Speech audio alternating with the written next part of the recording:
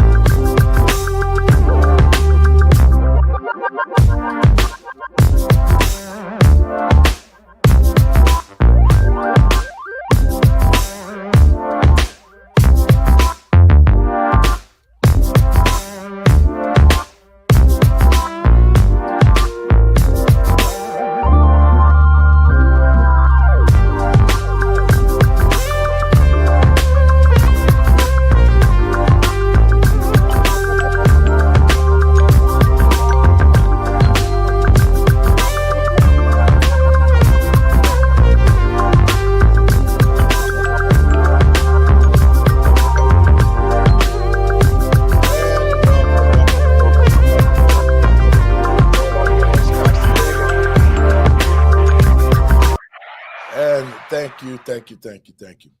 Folks, first, let me give all praises to God and my Lord and Savior, Yahshua of Nazareth, for making it possible to be here.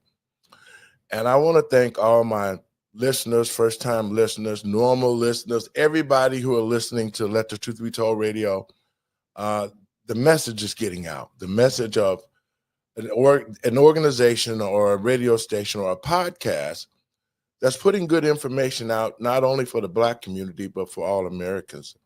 And so I want to thank the American people as they continue to support us, go to our sites, watch our show, share it around, and have discussions about the information that we're putting out here, because it's about common sense that we should know exactly, as the taxpayers and as the corporate dividend shareholders of this country, that we should know where our money's going and all the things that is happening. We should be in charge of, not the politicians.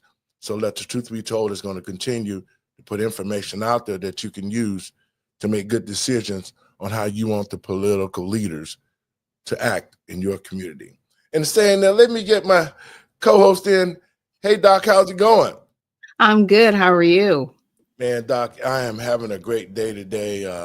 Got a lot of good news going on here in the house today, and I'm just happy that we're able to reach out for people when things are going wrong, and we can get some results right away. So I'm happy about that. Good Doc, deal. let me say this. You know, in the Bible, it talks about the lack of knowledge.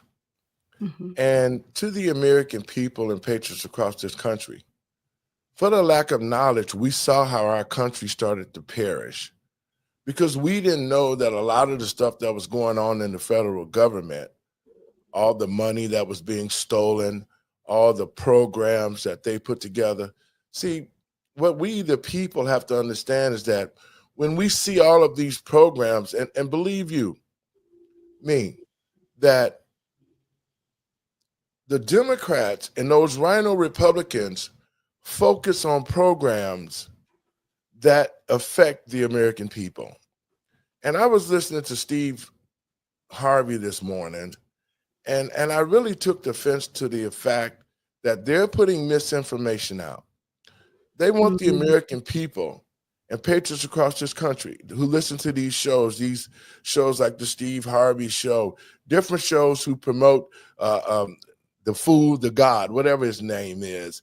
These type of shows, they do not put good information out, Doc, because you would think there are Black radio stations. And the Black community is in shambles, not just here in Chicago, but I mean, in every major city.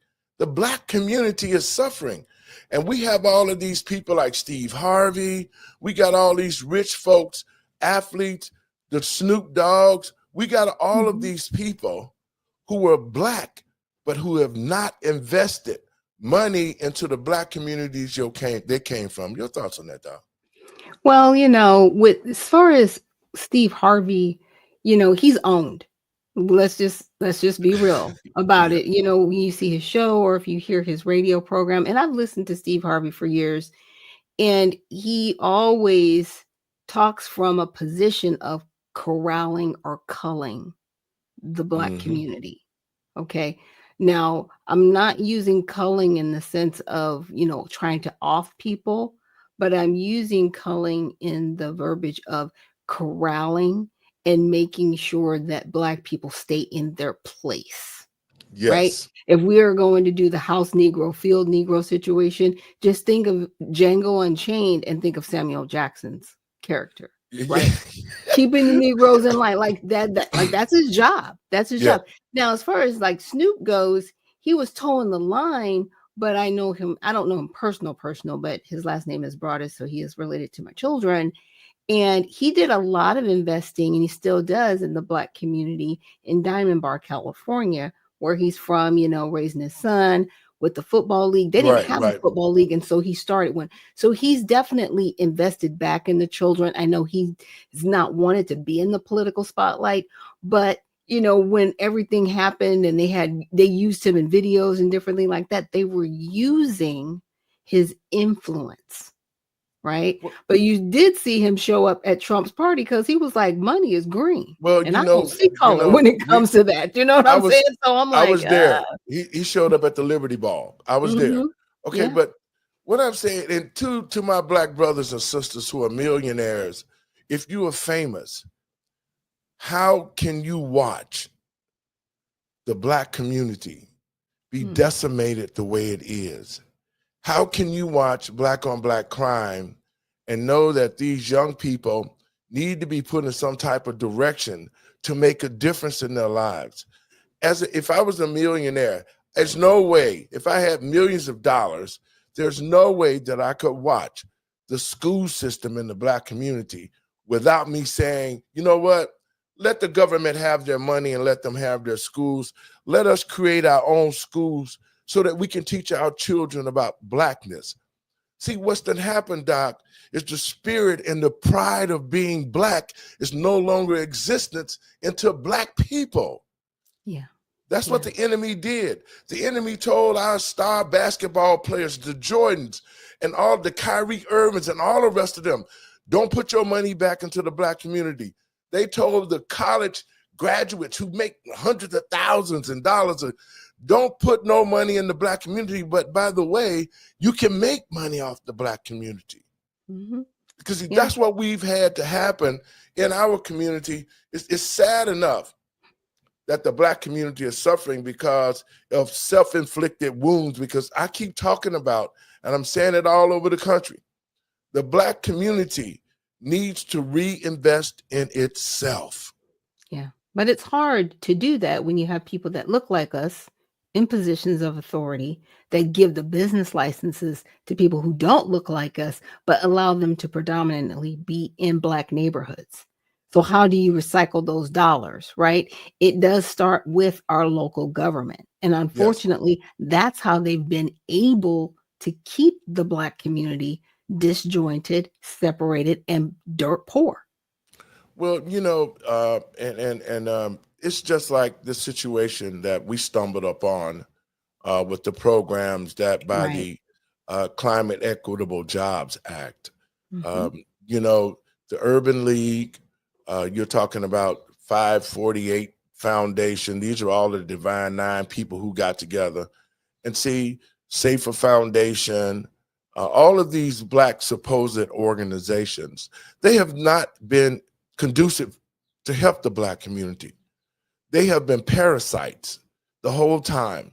The Urban League been around for almost 100 years. You would think that organizations like the Urban League, the NAACP, the National Action Network with Al Sharpton and them, you would think that the ACLU, all of these organizations who say that they want to build, they want to help the Black community, they want to ensure that their civil rights stay intact. But to the American people and patriots across this country, during the last 4 years and even before that, we saw that these organizations does not help the Black community, but they receive trillions of federal dollars funding to do so. They do. And it's become a business model. It's not a situation where they actually want to eradicate homelessness or eradicate poverty. They want to use it to enrich themselves. And that's the most disgusting part about what is happening. And that's what bothers me the most too, because, you know, if you take a look at it, it doesn't require a lot.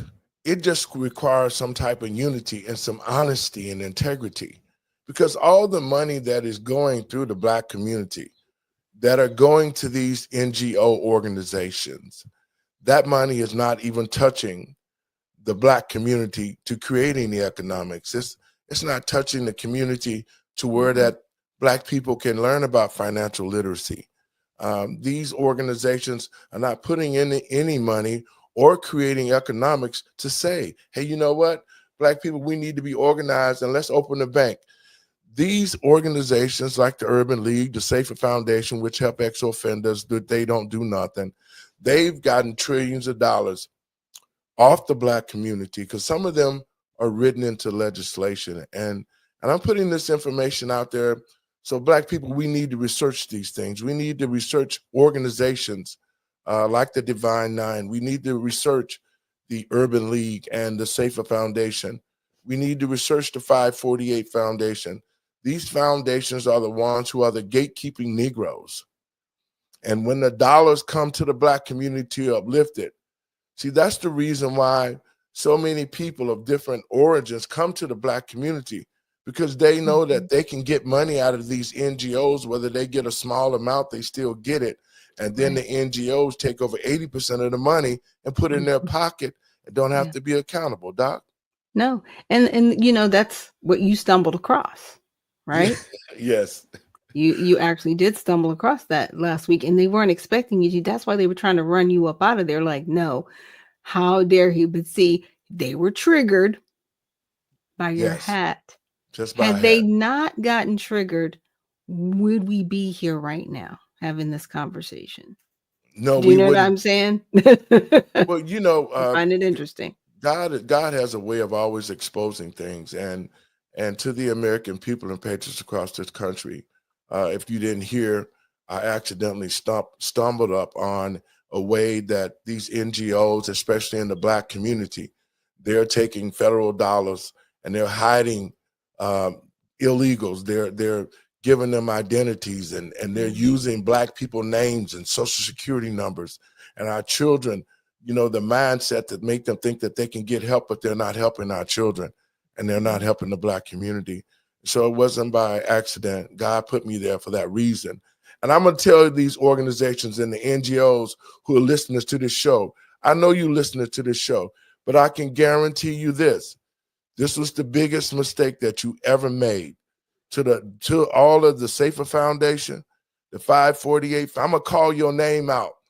The Safer Foundation, the Urban League, 548, the Divine Nine, the Workforce of Cook County, all of you NGOs who have been stealing money out of the city of Chicago and using Black people to get that money, your day has come. I guarantee you that. I'm not going to say nothing else, but your day has come. And what you've done to the Black community of all these years, there's going to be retribution for what you've done. I can guarantee you that. Your thoughts on it, Doc? Oh, yeah. Just my word to the wise, do not think about destroying any documents because under legal jurisdiction, you will have to recreate and recompose every single document. Don't do it, because everything carries a digital footprint as well as a physical footprint. So if you try to destroy anything, it will come back on you. So hopefully Well, you're under the direction of correct legal counsel. Just wanted to put well, that in there. I'm going to say this much: the stench of what happened in Chicago with this program, it Hmm. has reached all the way up into Washington D.C. It is there, Wow. and Okay. so we have been talking with them this morning. So believe me, this is not going to go away. You NGOs who have done all of these bad things, like Stacey Abrams stealing money, lying to the people, using Black people's situation, causing harm to Black people by not doing what they're supposed to be doing. It's a shame. It's a shame that our children are suffering the way they are, and we have Yeah. Black people in high places that can make the difference. Just like Kamala Harris said one time, I could destroy somebody's reputation with the stroke of a pen as a Hmm. prosecutor, and she did. She Yeah. jailed 2,000 or 3,000 Black men, and this is the sad part. Joe Biden created the crime bill. And I'm offended as hell when I hear guys like Steve Harvey say, well, Donald Trump is a racist. Black people, we have to start wondering that this racist man, he's going to come after your Medicare. He's going to come after your Social Security. He's going to come after the programs that need it the most. That is misinformation. That is a flat ass lie that he told, and Yeah. Black people should have already waken up, because we saw what happened to us under Joe Biden's leadership.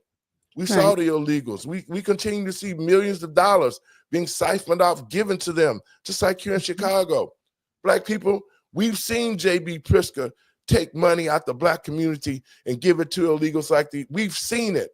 So we should not even pay attention to Steve Harvey. Steve Mm. Harvey is a trillionaire, and he has not put one dime in the Black community anywhere, nowhere.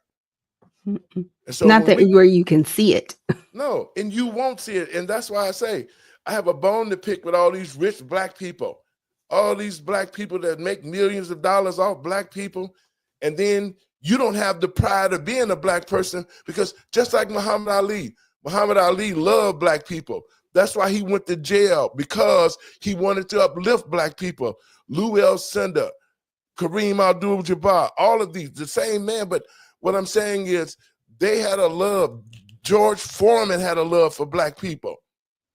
All of these athletes who put their lives on the line with civil rights leaders, with pastors in the past who had the pride of being Black. Artists like James Brown saying, "Say it loud, I'm Black and I'm proud."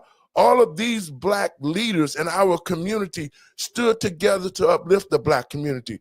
We don't see that now. We Mm. see every man for themselves. When I make it out the ghetto, I'm gone. I ain't bringing nothing back.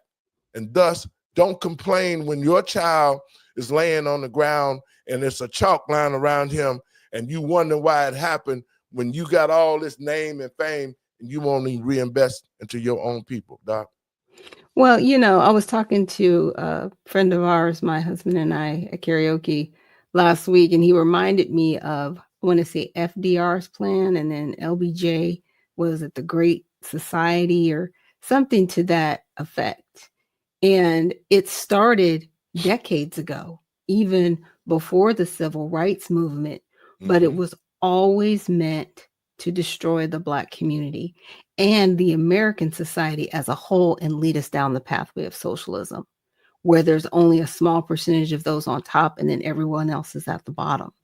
And, Donald Trump, like him or not, he wants to spread the wealth amongst everyone. And people say, no, he Mm-hmm. doesn't. No, he doesn't. He's trying to get people here that shouldn't be here on the Yes. American tax dollars. So when you hear about, hey, they're taking away your Social Security, yeah, from people who shouldn't be receiving it in the first place. Yes. I need Yes. people to go to the Social Security Administration and look up non-documented, okay, Right. non-documented individuals that are getting Social Security that have never paid into our Social Security system.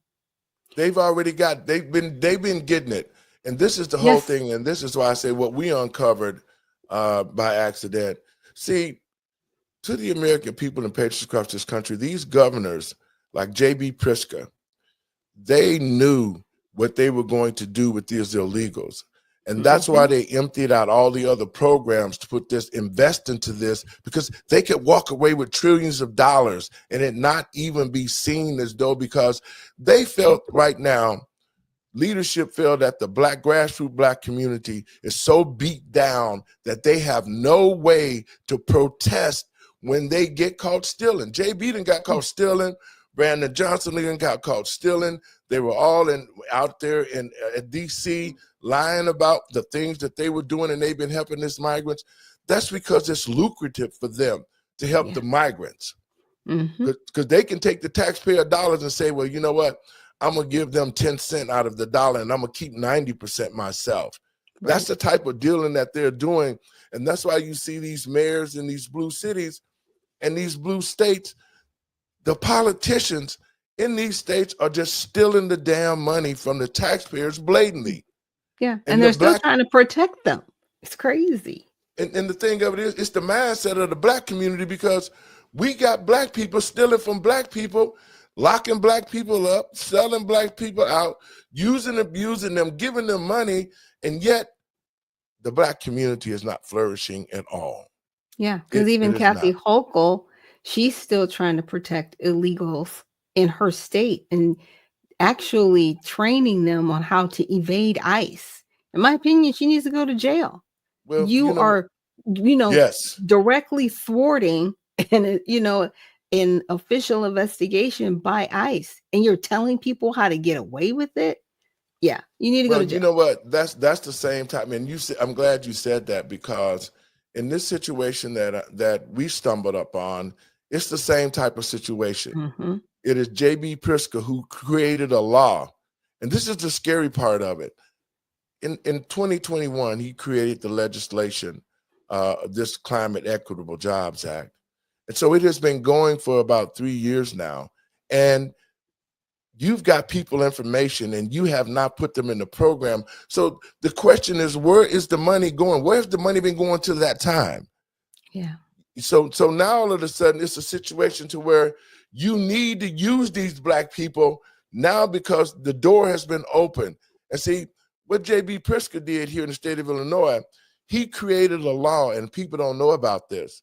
J.B. Pritzker created a law that would allow illegal migrants to have new identities in the state of Illinois if they've been here for a certain amount of time. Yeah, and then unfortunately that goes against the Constitution, and every state uses the Constitution. And so you did it illegally. You can give people more than the law. You're citizens. You cannot give people that are illegally here because they've already broken the law. So it's like you're giving criminals rights. That completely goes against the Constitution. It's unconstitutional. And so these governors and these mayors who continue to use tactics, because what we stumbled up on was a training ground. These people was in there trying to learn how to avoid deportation. They was in there training about how they can get more money out of the government and make American people look like fools. I just saw an influencer that was here in our country, and he was an illegal, and he was talking about how much money he got. You might have saw him on the internet talking about, oh, I got this. He's showing hundreds of dollars. He's talking about how stupid Americans was and how we don't do this. He just basically was saying Americans are dummies. I'm over here making big money. I'm all on the internet. I'm making money now, and the American people ain't crap. But just as soon as Tom Homan them got into office, now he was on the internet crunching. Oh no, they about to take my family, holding the baby up.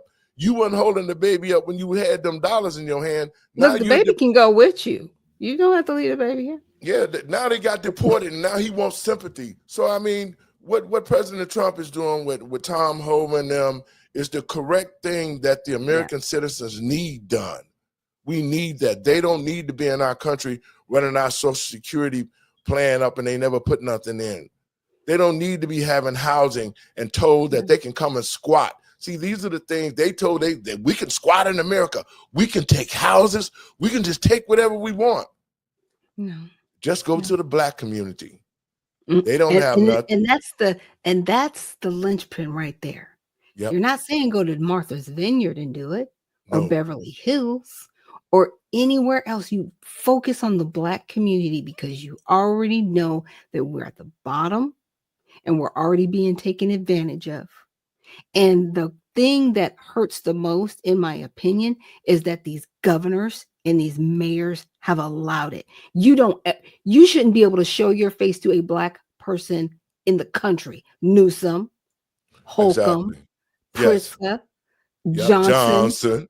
Look, there's a whole bunch of people I can name. Pelosi, Yes. Jasmine Crockett. Like, you Oh should my God. never, ever be allowed to talk to a Black person in this country after the harm that you've caused. Don't. Well, that quickly about Jasmine Crockett. Mm-hmm.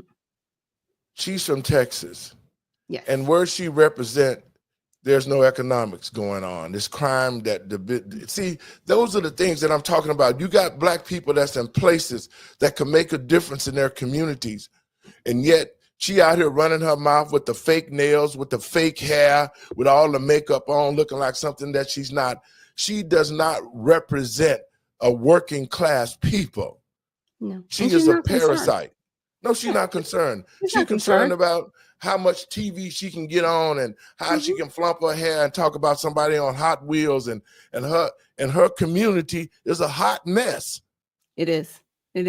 Yeah. And so, but to the American people and patriots across this country, especially Black Americans, this is the type of leadership that we're seeing that represent us. These people aren't representing us. They're representing themselves. They're part of the problem on the reason why the Black community doesn't have any advancement. The Crockett's and all of these people, Brandon Johnson, the Stacey Abrams, these people do not represent the Black community. They represent themselves. They represent different organizations like the Urban League, the Divine Nine. They're representing them, and that's where Black people money is going when they get it. Just like the $2 billion that Stacey Abrams stole through organizations like the Urban League, like 548. It's proven. We're going to play this clip, Doc. I want to get your thoughts on it. Earlier today, the state Senate voted to launch a probe into the new Georgia project for alleged financial misconduct. Abrams formed the group during her first run for governor. Fox's Deidre Dukes is live tonight at the state capitol with the new developments. Deidre? Yeah, this is the same committee that is currently investigating Fulton County DA Fonnie Willis. I spoke to the committee chair this afternoon, and he insists that Abrams is not being targeted by this new investigation.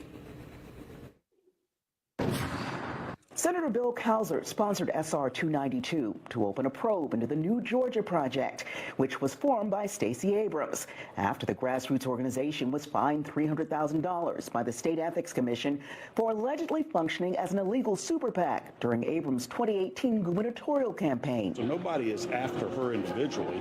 It's that these organizations that admittedly supported her with dark money have confessed. The Senate panel is still investigating accusations of potential conflicts of interest and the misuse of state funds. Now, Doc, I want to stop it right there just for a second. I get it. Look, I totally understand. Wait a minute. Okay, so that's the pattern. That type of pattern is what these NGOs are doing. Right. Go ahead. What they're doing is they're using the charitable organization to get federal funding. But then they'll set up another organization that's another 501c3 that takes donations. So they donate to donate to donate to donate. You know what I'm saying? And they just kind of play, I don't want to call it whack-a-mole. And no one's necessarily getting a salary, but they're just moving the money around strategically. And somehow out of all, let's just say 4 companies, a part of that money gets donated to someone's campaign. And that's what he was trying to say. It's like none of that money should ever be donated to a campaign. If you are the candidate, you should not be accepting campaign finances from any type of charitable organization that you're a part of. And you know what? The saddest thing of it is this, $2 billion. She is part of 20 shell NGOs. And so just like you said, Doc, they had that money offshore ready to be distributed. But when Trump got in and Elon Musk started to do the Doge investigations, they froze that money. Mm-hmm. They froze that money and started this investigation only to find out that her name, they say, well, we're not coming after her directly. They're coming after the companies that bears her name. Mm-hmm. Yeah. It's that part. And it's like, why are all these companies bearing your name? And how did these companies donate to your campaign? Yes. Right. Because like he said, he goes, it's not wrong. You can have 50, charitable organizations, but they shouldn't be donating to your campaign. Now listen to this. And to the American people and patriots across this country, listen to what I'm about to say. This is a pattern with the Democratic Party. It is a straight pattern to where what the leadership does is they create all these NGO type companies. And then they start washing the money through this company, wash till it gets all the way back to themselves. And the perfect example of this was, remember when the documents that Joe Biden said that was in the garage around his Corvette? Mm-hmm.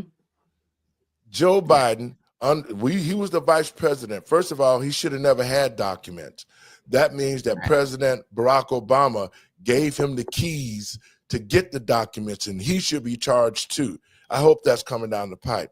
But the point that I'm making is Joe and his family had about 20 shell companies, Burisma, all of these other companies, and they just put the money in the company, and it goes from place to place to place to place, and then it ends back up to where the money came from, which is Joe Biden.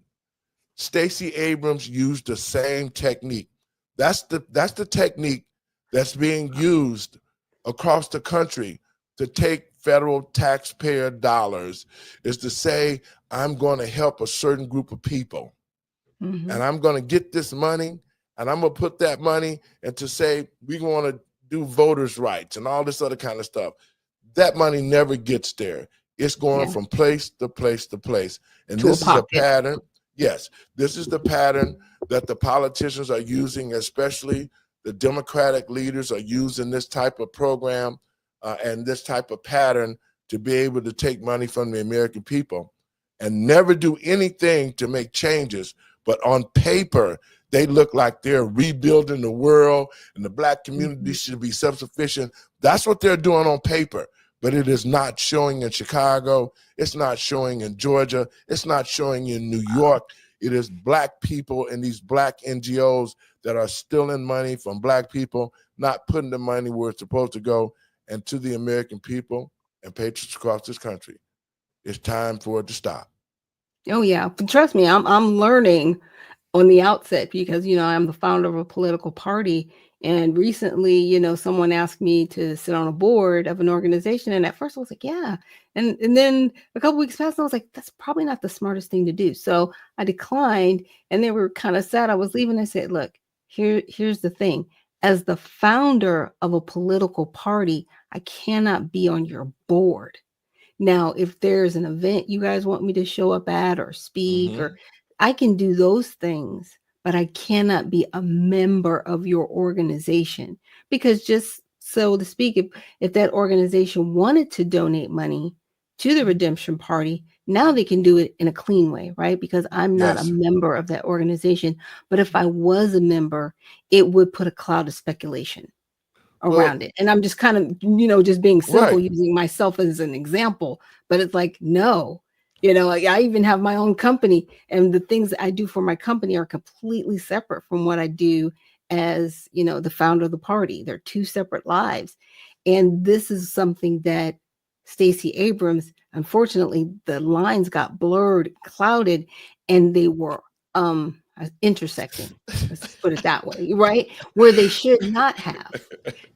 How is your name going to be on the 501c3, right? On the foundation, but yet that money has ended up in your campaign, funding your campaign. That should not happen. Well, Well, you know what? The reason why that they're so brazen about it is because just like here in the state of Illinois, there's a super PAC Democrat, whatever they call it. They got the House, they got the Senate, they got the governor, and it has been that way for a long time. And you would think that all of those black leaders that's be down at Springfield, and they're all in the black community, all the black leaders that are sitting in the city council, you would think that all of those black people will be looking out for the best interests of the black community. You think? You would think that. I'm a black man, and these are black people. As a pastor, I look down on and see if I can help everybody. But I'm really looking in the black community and saying, how can I help our people? Right. You know, it's how can we help our people? We see the issues, pastors across this country. We see the issues that we're faced with in our communities, and yet you won't address nothing. You'll sit there and be quiet and point fingers at me and say, oh, no, he ain't. No, if you're a man of God, you're supposed to be doing what Jesus was doing. If you read your Bible, God has a special way for those who are poor and oppressed. That's why Christ came, to relieve the poor and oppressed. He didn't come to relieve the rich, because the rich was the ones who oppressed the poor. Yeah. So as pastors, we're supposed to be looking for ways to create economics. We're supposed to be looking for ways to make sure our children are taught educational things and not about lesbianism and homosexuality. Right. As American citizens, we should be worried about how smart our children are. We used to be, but now they just graduating a bunch of social dummies. Yeah, and people are screaming like, keep the Department of Education. It's like, but they weren't doing their job. Here's my thing. If you're doing your job, I'm going to fight for you to stay in place. Exactly. But I can't fight for you when our babies can't read and do basic math. They can't handwrite. Okay. Anyone under the age of 24 in this country does not know how to sign their name in cursive. Nope, they don't. They do not. Okay. And that should never be in our country. You know, now my husband and I, we had a little debate about it, and he wants changes in the Department of Education, which, you know, I understand where he's coming from, right? He's like, you know, you've dismantled it, but now who's actually going to help these children get the education that they need? Are we going to leave it up to the states? Because are the states failing them? Is it the counties? Is it right there in your local city that's failing them? And I think it's all of it. And now the parents actually, in my opinion, have a better opportunity to challenge everything, because now they no longer have the Department of Education to cry to. Who are you going to cry to? Where are you going to go? I mean, you can go to Miss McMahon, but she's going to be like, do your job. Well, and that's what the American people should be looking at. Like I said, I was really offended by the fact that the misinformation that Steve Harvey is trying to portray, that President Trump is a racist. That's all that the Democratic Party has left. That's all they got. But they want us upset. So we're out in the streets fighting. And they're like, where are the black people fighting? For what? You don't like us. You've already shown us you can't stand us. And now you want us to come out and fight? For what? For who? It's the ridiculous. It's the ridiculous stuff. And black people, we have to say to ourselves, how ridiculous is that Al Sharpton and these other Negro preachers, house preachers, running around, Jamal Bryant running around in tight clothes like a homosexual, Kurt Franklin, all of them, they want to boycott because DEI got removed, and that's how DEI was used to put all these unqualified people in the schools. DEI was used to put all these unqualified people in these NGOs and black community. I mean, the whole DEI concept was a joke because it didn't help black people. It had no intentions to help black people. And the people that it was supposed to help, it helped, but not us, Doc. Yeah, not at all. Not at all. I mean, to your point, you know, talking about Jamal Bryant, I mean, he made the statement, these runaway Negroes or runaway slaves, going to the White House. He made that during the event that President Trump had at the White House, I was like, why would you be calling people runaway slaves? Like, what is that about? Like, so are we slaves in your mind? Do you know what I mean? Like, Well, what let me are say we this. doing? Let me What is let me going on? let me say this to Jamal Bryant, Al Sharpton, Jesse Jackson, and all the rest of you house Negro preachers. And I ain't gonna say the N word because I'm gonna let you go with that. You are going to pay for what you have done. You have not helped the Black community. You've made money off the Black community. Jamal Bryant, I went to your daddy's church one time out in the Baltimore, upper Marlboro, Maryland, and wasn't nothing out there but a Mercedes and all these fancy cars. And they had enough nerve to be calling people out at the church. Jamal Bryant, your daddy was calling people out on the church that was behind on their tithes. What kind of God is it that you serve that you won't help your parishioners unless they pay their tithes? So you a false prophet. You don't count. You don't count. You're not part of God's plan. And to the American people and patriots across this country, if a pastor is not standing in the gap, if he's not out there trying to find solutions to the problems with our children, if he's not standing fighting the school system that's bad, if he's not standing up and saying, Black people, we need to hold our pride. We need to be vested into ourselves.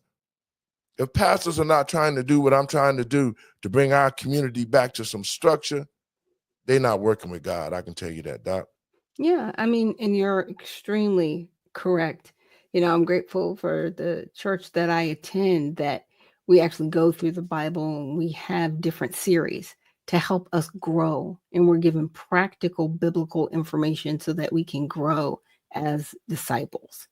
And that's how it should be. Church should not be the place where you're being told how you should and shouldn't vote.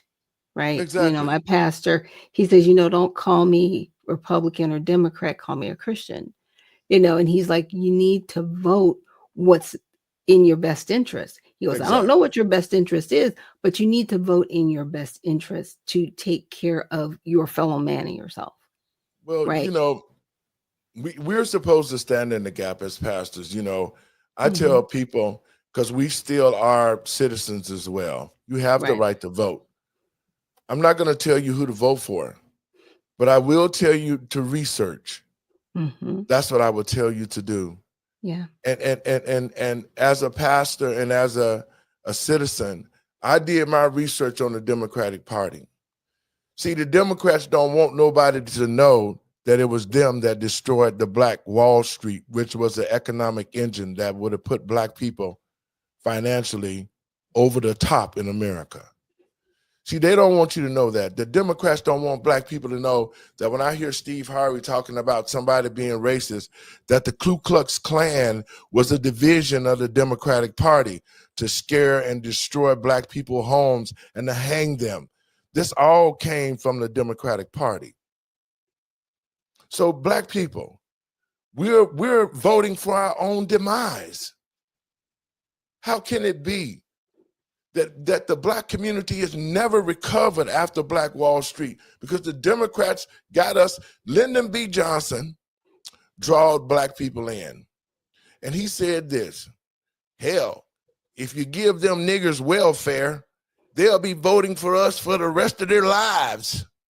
And so they created welfare for Black people to get on and move the Black man out of the house and weaken the Black family. And women, you can't raise no man. Women can't raise no man. Because if it was, then we'd have a whole lot of men standing in the proper way, marrying our sisters, creating families and structure, and teaching their children to be proud to be Black and teach them about economics. Right. Yeah. And our men are not doing it. Right. Because if you teach people how to hate themselves, they'll ultimately destroy themselves. And that's what they've done. That's what they've done. They've done it. And we have sat back and watched it long enough. We got to make the changes on this. And saying that, Doc, I want to let the people of Chicago know that we do have an idiot we have an idiot as a mayor. We people who voted for Mayor Johnson, now that you know that you made a big mistake, because Mayor Johnson was merely a puppet to be able to suck money out of the taxpayers and justify it by saying that, we're a sanctuary city. All the money is going in his pocket. But I want to play a clip. See, when Brandon Johnson was in Washington, D.C., he was asked about the budget of Chicago. And Brandon Johnson told him that he didn't know the budget. You're the mayor of one of the largest cities in America, and you don't know your budget. And so let me give you the numbers to the budget here in Chicago. The budget here in Chicago was $17 billion. $17 billion. Brandon Johnson stated at the hearing that he only spent 1% of the $17 billion budget. And those who got a calculator counted up, because that 1% of $17 billion is $171 million. That's what he said. So far, Brandon Johnson has spent in excess of $171 million. Now here he go. I have the city's budget in front of me. Numbers. It's 1%, and if you want the actual calculation, we can make sure someone. You're the mayor. You don't have the math in front of you. It's 1% of the overall budget over the last 4 years. That's why you're a failing mayor. We are back, and we. Now, Doc, 1% is $171 million he's already spent on the migrants. Your thought about that? Well, again, with our Constitution, you can give people more than law, and you should not give your citizens less. But you use funds. Now, I'm not sure all the money outside of your budget that's federal, but to use federal funds on people that are criminals because they were here illegally is a crime. It's just a crime. They're just committing crimes, and they're using policies, and I'll use big air quotes, to cover their tracks. It's still a crime. It doesn't matter. You've committed fraud. Yes. And you need to be dog walked to prison. Period. Yes. He needs to, because now, see, that $171 million is floating around out there now. Yeah. It's floating in the city of Chicago, and he's trying to figure out ways to offset that cost, because, see, they've already distributed that $171 million to their pockets. And then now that there's been a freeze on money coming to Chicago, it's just floating around now with no basis, because they don't have the federal dollars to be able to wash it through and pull the money out. That's what they're doing. Yeah. Yeah. They're running it through NGOs. And, a lot of times, when people hear NGO, they're like, what is that? It's a non-governmental organization. Yes. And it can either be a 501c3 or a 501c4, because it's a non-governmental organization. So if you take federal funds and you give it to that organization, which is non-government, it washes it to make it so where you can distribute those funds to charitable organizations like a church or another organization or a campaign, right? Where that money gets further laundered down the line. And so that's always been the stepping stone of how the crime has actually been gotten away with. And now I want our listeners to just remember the math that I did off the top of my head, $171 million that he spent on the migrants. Now, I'm going to play a clip to show that money is floating around and doesn't have a basis. A president right now who is obfuscating his responsibilities that should be very clear based upon the Constitution. A few moments later. But he will need a better tool to address a budget shortfall of $175 million. Yeah, well, first of all, I'm going to... Hold up, Doc. There's that $170-some million, ain't it? Yeah, that shortfall. But see, instead of 171 million, he's saying that we have a shortfall of 175 instead of 171. I'm gonna go and play some more of this. Yeah, that means somebody got you on the But on the how the mayor ropes. will manage it is a concern to many city council members. 18 have now signed a letter to the mayor calling for council authorization of any funding changes instead of unilateral action by the mayor's budget team. To say that he's going to manage it because that's what he's elected to do isn't enough. We are the ones who appropriate the budget. And we are back, y'all. Thank you for watching today. Doc, you see now you see it, don't you? Yeah, That 171 million turned out to be 175, an extra $4 million in there for the pocket. Okay. Now your thoughts on Somebody that? was like, I need my cut to keep this clean. I need my cut of the money. See, I can't trust the alderman. No, you can't. And I can't trust the mayor, because for the duration of his term that he's been in office, these aldermen have been complicit in what has been happening. Now you want to come out and say something? You're a part of this. Well, you Lopez, don't get to, all of a sudden say, oh, no, I don't think so. Really? Where were you 3 years ago? Well, they was all in cahoots together. And when the migrants first came out, and Ray Lopez, he needs to be replaced as well immediately. All the aldermen at the city council needs to be replaced because they were in cahoots with Brandon Johnson to keep the migrants here. They fought the citizens here in Chicago.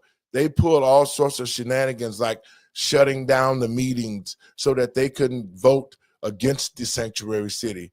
All of these aldermen went against the people, like Ray Lopez. Ray Lopez benefited from it because at the time he had illegals in his district and they was funding them and they was helping them. And then it didn't get to be fashionable till the kickback came. And then the citizens start saying, oh no. And then all of a sudden, he, just like some of the rest of them, came against Brandon Johnson. And now they throwing him under the bus. But at the same time, they have received millions. All the aldermen in the city of Chicago, whether they get reelected or not, they have received millions of dollars to participate, to keep illegals here. Yeah. They have received it. Yeah. And they turned their back on their citizens, right? Yes, all exactly. of their citizens. I mean, I've seen some of the meetings where people were just, I don't want to say they were shouting Mayor Johnson down, but they were letting him know, we're not going to do this. And they put all of the aldermen on notice. They put any of the council members on notice. They put everybody on notice. It's like every single one of you is going to be replaced because you've been complicit in the destruction of the city of Chicago. And they should be. How can you go back to your constituents, especially in the Black community? We got all of these Black aldermen in the Black community. Stephanie, over in the 16th ward where my grandmother used to run, Stephanie Coleman, she's a complete joke. She also belongs to the fraternities and sororities. See, what happened is this. They went back to the city. Most of the people with the Divine Nine went back into the city. They ran for different areas to become aldermen. They're the gatekeepers now who are getting all the money that's coming in from these NGOs and for their communities and rediverting the money everywhere else. There's nothing good going on in Inglewood, Miss Coleman. You're a liar and a thief. And they continue to steal, all of them that are in the city council. And they needs to be replaced. The citizens of Chicago cannot go another elections with the same type of leadership that allowed the illegals to come into our community and squat in homes and take cars and take money and take over our schools and our economic. I don't see how any Chicagoan who love this city and love their family and children will vote for an alderman who continued to abuse the community, Doc. Yeah. And, the one thing that I am really enjoying about this election cycle is because people can no longer hide. They have veered so far into their criminal behavior that they can't hide it anymore. It's like, where do you go? You were pushing so hard for people that were here committing crimes, They crossed the border. They committed a crime. But you are pushing to protect them over the citizens in your own city. These aren't just people that you're not going to see. You're going to see these people all the time. And you railed against them, completely destroying their rights as American citizens. How do you even show your face to say, can you please give me your vote? Can you give me your support? Really? With what? And With Doc, what? And you know, I want to play this clip, Doc, so that the American people, especially Black people, can understand that the DEI was nothing but a fake program. Hang on, Doc. Let me get this ready. Real F around and find out moment. The real F around and find out moment is here. A lot of people are looking at the Black community thinking that we are the recipients and benefactors of DEI programs and affirmative action programs. And I know affirmative action is no longer, but whenever they hear the term DEI or they hear the term affirmative action, they look to the Black community thinking that we are the benefactor. Now, here's some information for you. The #1 recipient of DEI are white women. That is according to the U.S. Department of Labor. And others fall under that group, under the minority group, the ethnic minority. #1 recipient under that group are Latino and Hispanic Americans. #2 are Asian Americans. #3 are Native Americans. #4, individuals with disability. #5, veterans. Okay? And #6, the LGBTQ plus community. And guess who comes last at receiving DEI benefits? Guess who comes last? That's right. Black Americans. Black people. Let me also say, you can do a Google search and you will see the primary benefactors of DEI programs are not only white women, but white men, white male CEOs. Those are the ones who have benefited the most from DEI initiative programs. And I'm not surprised because, you know, a lot of the CEOs were, you know, crying. You can't let this go away. It's going to mess up the Black people. But it was not there to help us in the first place. It's, you know, I'm tired of being everybody's usable placard when it's necessary. It's like, okay, we want to use the Black card because, you know, we need civil rights too. No, stop that. Create your own plight and lane. Stop using Black people to push your agenda. Just stop using us. Like we are like not an emotional support pet. Like I need people to stop that. But that's how Black people have been used for decades, and it needs to stop. And Doc, you're so correct. And I wanted to play that. And Black folks, if you don't believe that clip, go to the Department of Labor, just like she said.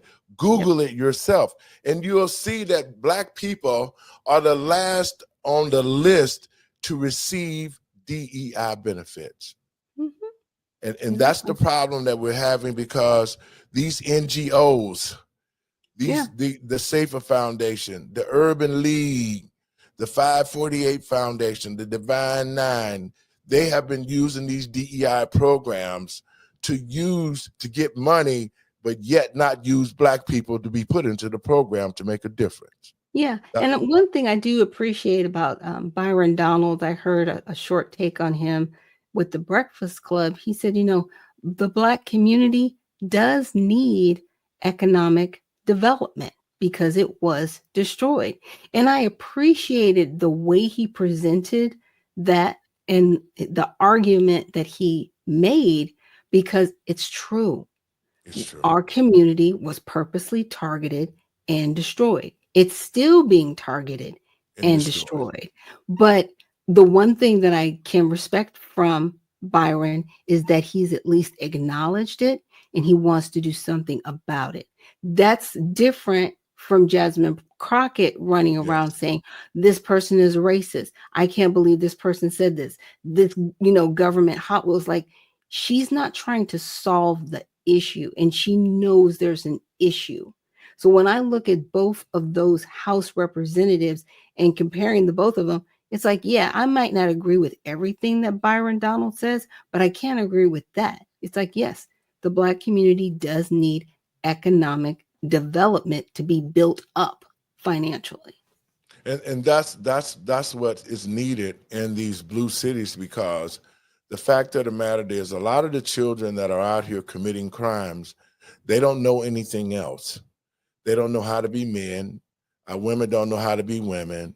They're uneducated. They're living off the internet. They're trying to feed and find themselves off the internet. They haven't had no structure. They haven't had no upbringing.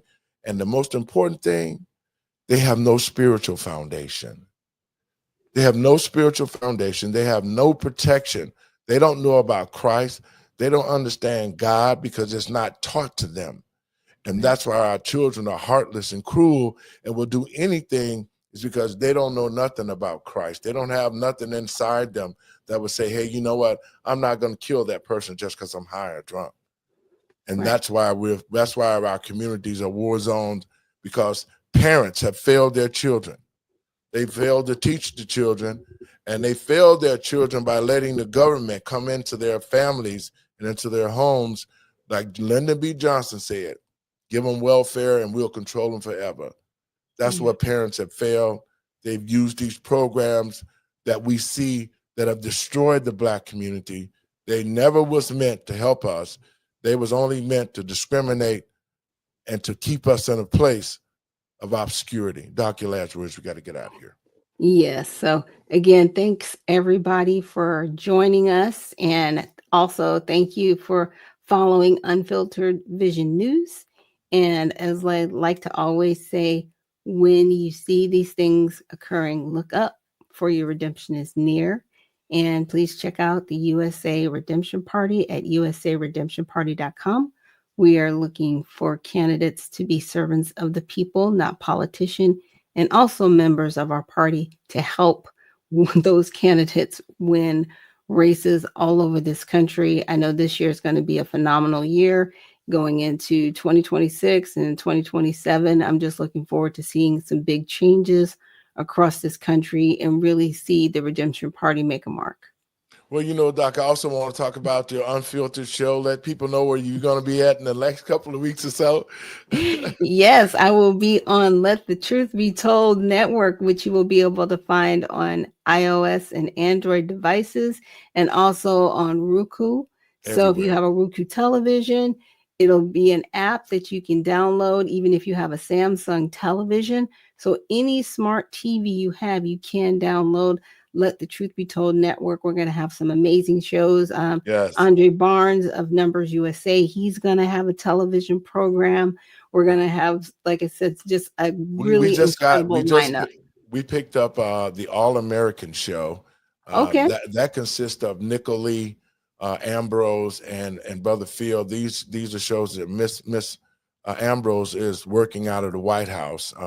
Nice. So this show is really going to be, the network is going to be crazy. It's going to be good. It's going to be informational.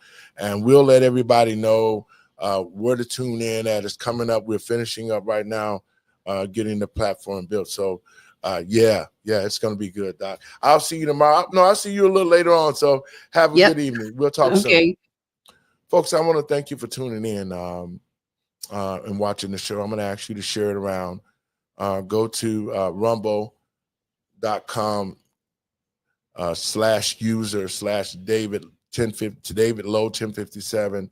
You can find us at Moments of Truth 9920 on YouTube. You can also find us on Instagram, David Lowery, You can find us on LinkedIn, and I'm telling you about all these platforms that you can find us on, but you will be finding us on Roku Television. We have been able to get our own network, and there's shows out there who want to be on our network. You can call us at 708-663-5262. If you have a great show that you want to air, if it's going to benefit the people and benefit our community and benefit us as American citizens and patriots, then we want you on our network. And in saying that, I'm going to give you my last thoughts. To the American people and patriots across this country, we have already seen what we needed to see to make changes in our government and our country, especially to Black citizens. Now that we can see that the cat is out the bag, that the Democrats never had anything good for us, that they tried this migrant takeover in the Black community. It was the Black leadership that allowed this. It was the mayor of Chicago. It was the governor of Illinois, J.B. Pritzker. Just like with these programs that they have with these non-governmental organizations where they're getting millions of dollars and saying they're helping Black people, and they're not. This is an opportune time for Black folks to stand up and reclaim their communities. But first, we must get rid of all the people who do not represent our community. We must get rid of all the pastors who are not standing in the gap saying we need to be righteous to help the Black community. All these organizations, the Safer Foundation, the Urban League, the NAACPs, the Divine Nine, all these Black organizations don't give a damn about Black people, only to make money off of them. And now that we see that, we must remove them from our community if we are going to survive. These organizations have been nothing but parasites to the Black community. And if the Black community is ever to rise out the ashes, and we will, with the help of God and with the help of Christ, we must return back to a structure of integrity, honesty, and politicians, you must turn and return the power back to the people that elected you for office and to the citizens of the United States. We can't let the Democratic Party, who have destroyed this country, who have brought mayhem and crime and killings from illegals and raising taxes and gas and all these illegal programs that they've used to rob us. We must never let them get back in power of this country again. If we do, this country is surely going to die. I want to thank you for tuning in. God bless you. And I'll see everybody tomorrow. Have a great evening.